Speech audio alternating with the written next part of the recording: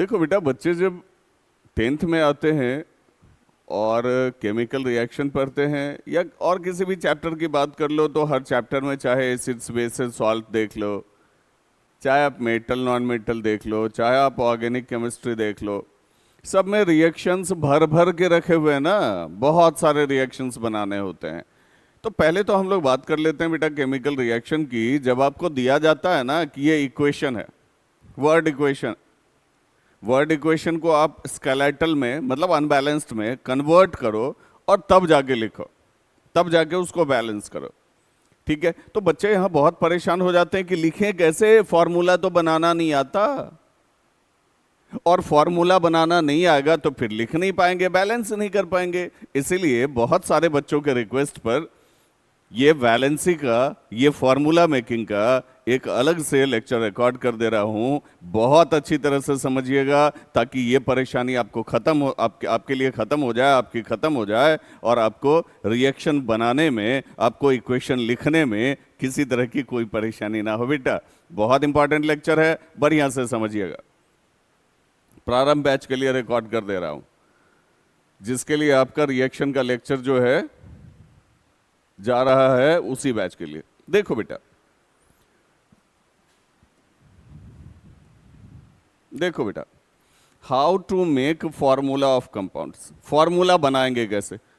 कई सारे फॉर्मूला को एग्जाम्पल कई सारे फॉर्मूला को बनाने का एग्जाम्पल आपके सामने रख देता हूं ताकि आपको परेशानी ना हो।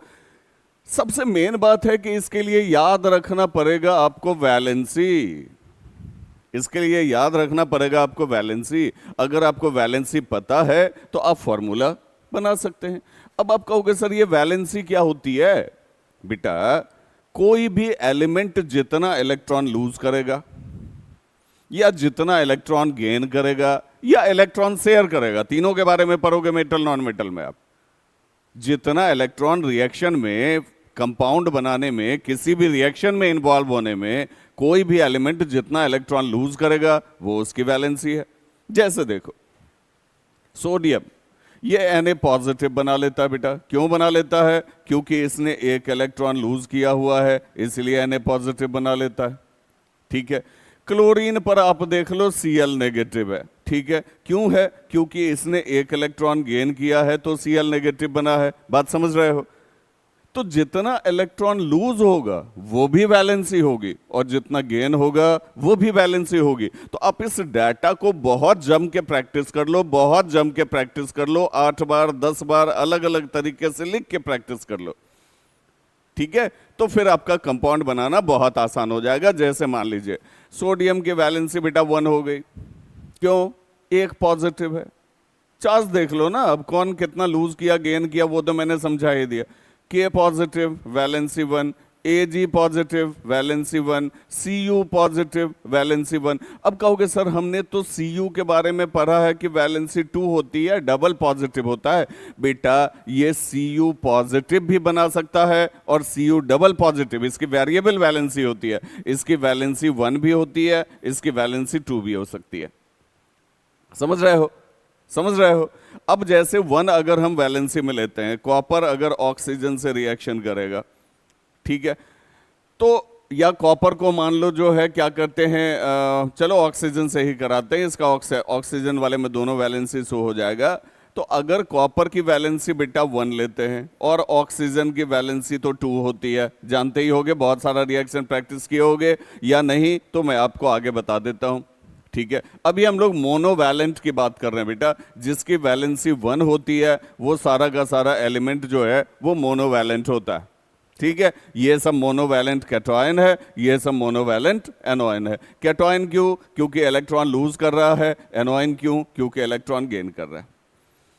तो अगर कॉपर की वैलेंसी 1 लेते हैं तो अब देखो वैलेंसी का आपको कर देना है क्रॉस ट्रांसफर, वैलेंसी का क्रॉस ट्रांसफर कर देना है। इसको क्रिस क्रॉस मेथड कहते हैं। ये बॉन्डिंग की प्रॉपर्टी से आता है, इसीलिए मैंने आपको कहा कि इसका कुछ हिस्सा आपको बॉन्डिंग में भी पढ़ना होता है। ठीक है, तो बेटा ये क्या बन गया? Cu2O1 बन गया। अब 1 तो लिखते नहीं हैं, Cu2O बन गया, Cu2O बन गया। ठीक है, और अगर कॉपर की वैलेंसी आप 2 लेते हो, ओ की वैलेंसी 2 लेते हो, ठीक है, तो वैलेंसी अगर सिंपल रेशियो में आ सके, मतलब कट सके तो काट दो, फिर वैलेंसी का आप क्रॉस ट्रांसफर कर दो, तो Cu1 हो गया, O1 हो गया, फॉर्मूला CuO हो गया। तो कॉपर Cu2O भी बना सकता है और CuO भी बना सकता है। यहाँ वैलेंसी 1 है तो कॉपर फर्स्ट ऑक्साइड हो जाएगा, कॉपर फर्स्ट ऑक्साइड हो जाएगा, और यहाँ आपने वैलेंसी 2 लिया है तो बेटा कॉपर सेकेंड ऑक्साइड हो जाएगा। इस टाइप का आपने लिखा हुआ देखा होगा केमिस्ट्री में। बात समझ रहे हैं? बात समझ रहे हैं? अब ये जो है ये मोनो एटॉमिक आयंस हैं। अभी जो हम लोग बात कर रहे थे बेटा, ये मोनो एटॉमिक आयंस की बात कर रहे थे। अब कहोगे सर बिल्कुल नई नई चीजें आ रही है बेटा, बड़े क्लास में भी आ गए हो, सीखना तो पड़ेगा। ठीक है, ये मोनो एटॉमिक क्यों है? क्योंकि एक एटम ने ही आयन बना दिया, अकेले एक एटम आयन में कन्वर्ट हो गया है तो मोनो एटॉमिक हो गया। और यहाँ एग्जाम्पल देखना, यहाँ एग्जाम्पल देखना, अमोनियम आयन है, यहाँ NH4 पॉजिटिव। देख रहे हो ना, ये बच्चा भी बड़ा उदास होकर देख रहा है कि अरे ये क्या, आंख फाड़ के देख रहा है। ठीक है, तो आंख फाड़ के नहीं देखना है बेटा, प्रैक्टिस कर लेना है, सारी बातें इजी हो जाती है। अब इसको आप कहते हो पॉली एटॉमिक आयंस। क्यों कहते हो? क्योंकि NH4 में आप देख लो, एक नाइट्रोजन है, 4 हाइड्रोजन है, 4 एक 5 एटम्स बेटा एक साथ आ गए।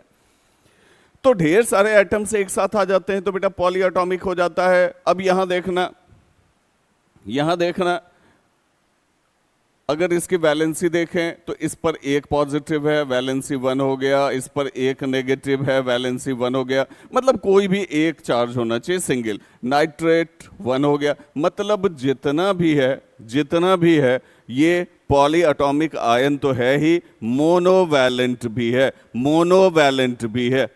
ठीक है, ये हो गया मोनोवैलेंट मोनो एटॉमिक और ये हो गया मोनोवैलेंट पॉली एटॉमिक। हाइड्रोक्साइड की वैलेंसी 1, नाइट्रेट 1, नाइट्राइट 1, नाइट्रेट, अच्छा 2 बार लिखा गया, कोई दिक्कत नहीं है, acetate 1, bicarbonate 1, chlorate 1, permanganate 1, hydroxide 1, bisulphate 1। तो पहले तो इसको याद कर लेना कि अगर अमोनियम है तो NH4 positive, hydroxide OH negative, nitrate NO3 negative, nitrite NO2 negative, nitrate NO3 negative, acetate CH3 COO negative, bicarbonate HCO3 negative, chlorate ClO3 negative, permanganate MnO4 negative, hydroxide OH negative, bisulphate HSO4 negative. पहले तो बेटा ये याद कर लेना। ठीक है, अब मान लो और भी फॉर्मूला बनाना है। सपोज हमको जो है, हमको सोडियम का बाइकार्बोनेट बनाना है, बहुत यूज होता है। नाइट्रेट बनाना है, नाइट्राइट बनाना है। ठीक है, चलो बनाते हैं बेटा। सोडियम का तो Na पॉजिटिव होता है ना, तो सोडियम की वैलेंसी 1, बाइकार्बोनेट HCO3 नेगेटिव, तो HCO3 की वैलेंसी भी 1। बोलो बेटा, सोडियम बाइकार्बोनेट का फॉर्मूला क्या हो जाएगा?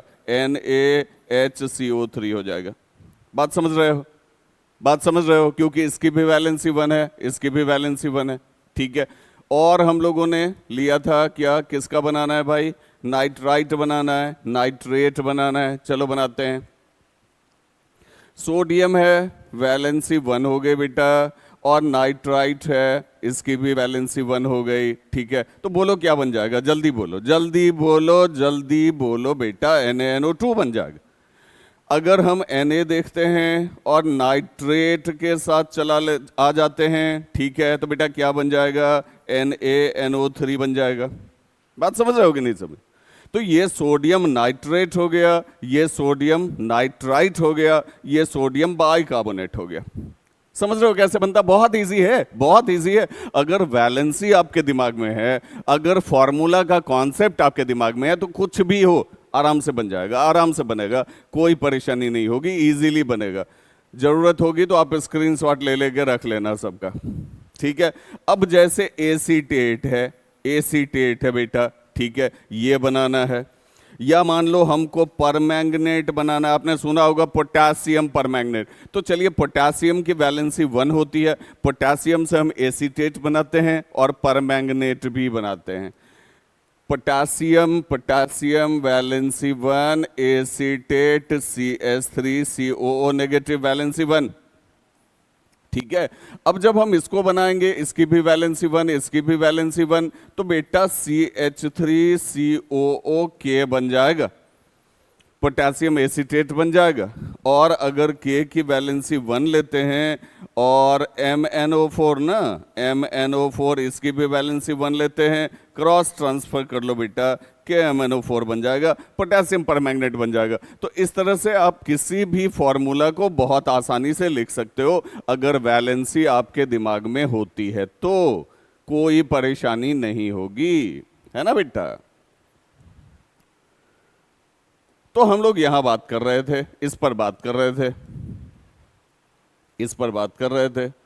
अब यहां बात करते हैं, अब वैलेंसी 2 वाले की बात कर लेते हैं, ठीक है। Magnesium, calcium, zinc, iron, copper, ठीक है, बेरियम, कॉपर अपनी वैलेंसी 2 भी दिखाता है ना, कोबाल्ट, तो ये सब जो है ये सब बाई वैलेंट आयन है क्योंकि वैलेंसी 2 है। Oxide O double negative, sulphide S double negative, ठीक है। तो कहने का सेंस बेटा ये है कि इस सब की वैलेंसी 2 है तो बाई वैलेंट हो गया, ठीक है। अब मान लो इसके जो है इसके पॉली एटॉमिक आयन में आते हैं, मान लो मैग्नीशियम कार्बोनेट लिखना है हमको या मैग्नीशियम सल्फेट लिखना है हमको, आराम से लिखेंगे बेटा, magnesium valency 2, sulphate valency 2, cancel, क्या बन जाएगा, MgSO4 बन जाएगा, MgSO4 बन जाएगा।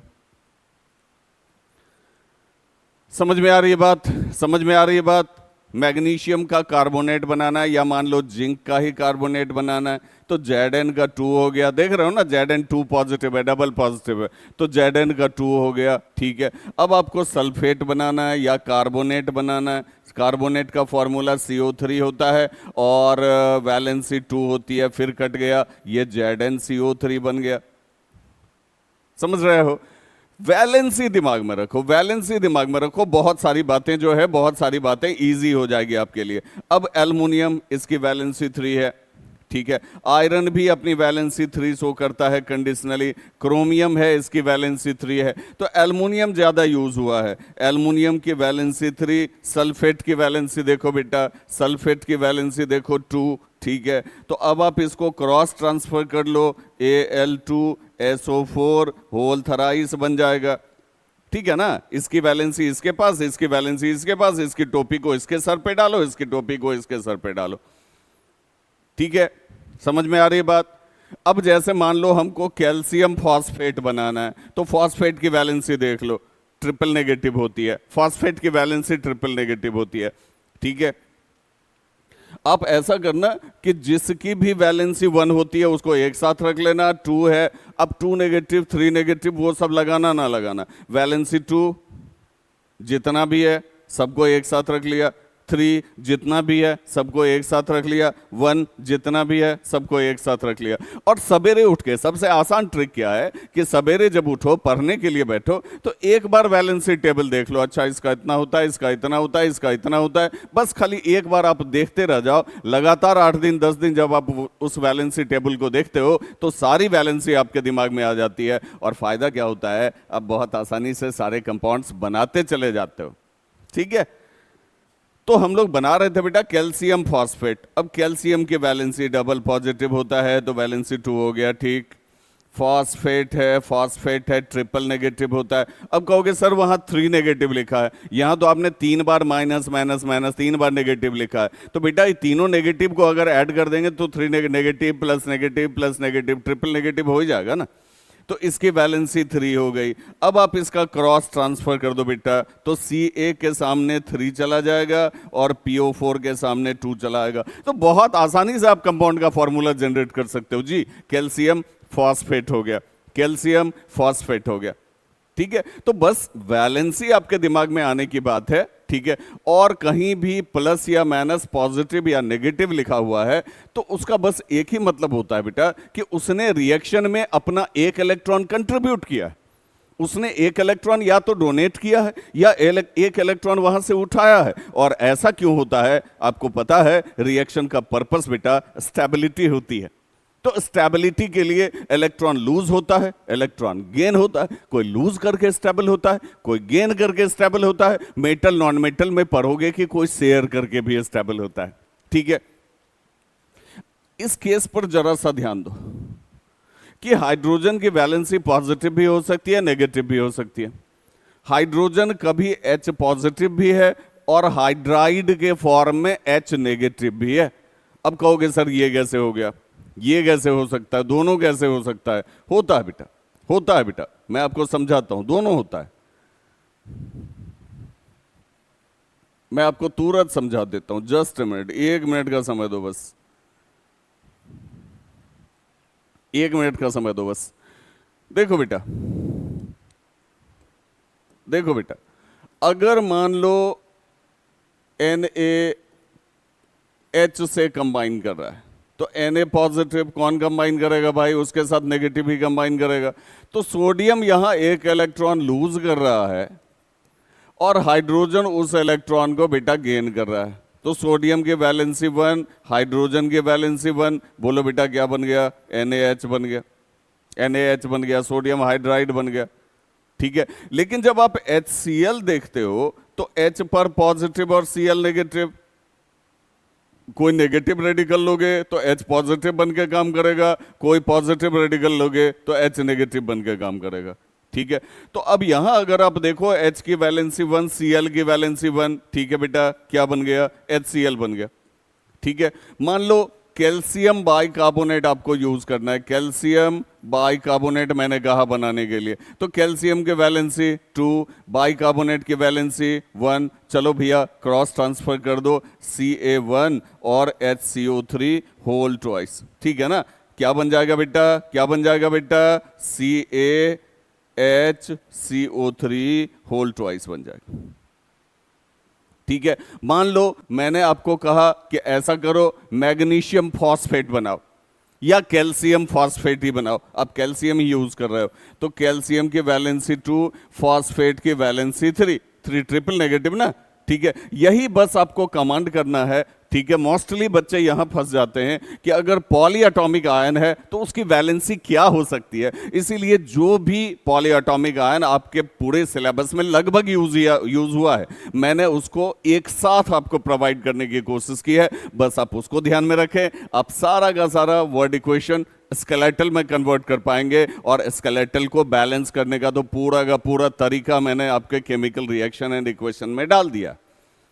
ठीक है ना, तो अब आपको परेशानी नहीं होगी, आप अच्छी तरह से जो है प्रॉब्लम्स को सॉल्व कर पाएंगे। तो बेटा यहां क्या आ जाएगा? फॉस्फेट की वैलेंसी 3 हो जाएगी, क्रॉस ट्रांसफर कर, इसकी टोपी इसके सर, इसकी टोपी इसके सर, Ca3PO4 होल ट्वाइस। ठीक है ना, तो इस तरह से बेटा हम लोग फॉर्मूला जनरेट करते हैं, बहुत आराम से जनरेट करते हैं, कोई परेशानी नहीं होती है। ढेर सारा फॉर्मूला एक्सप्लेनेशन हमने आपको बता दिया, आप इसको स्क्रीनशॉट लेकर के बहुत अच्छी तरह से लिख लेना और खुद से ज़्यादा प्रैक्टिस करना, ताकि पूरे 10th के किसी भी चैप्टर में रिएक्शन बनाने में आपको ज़्यादा परेशानी ना हो। ओके बेटा, best of luck, thank you.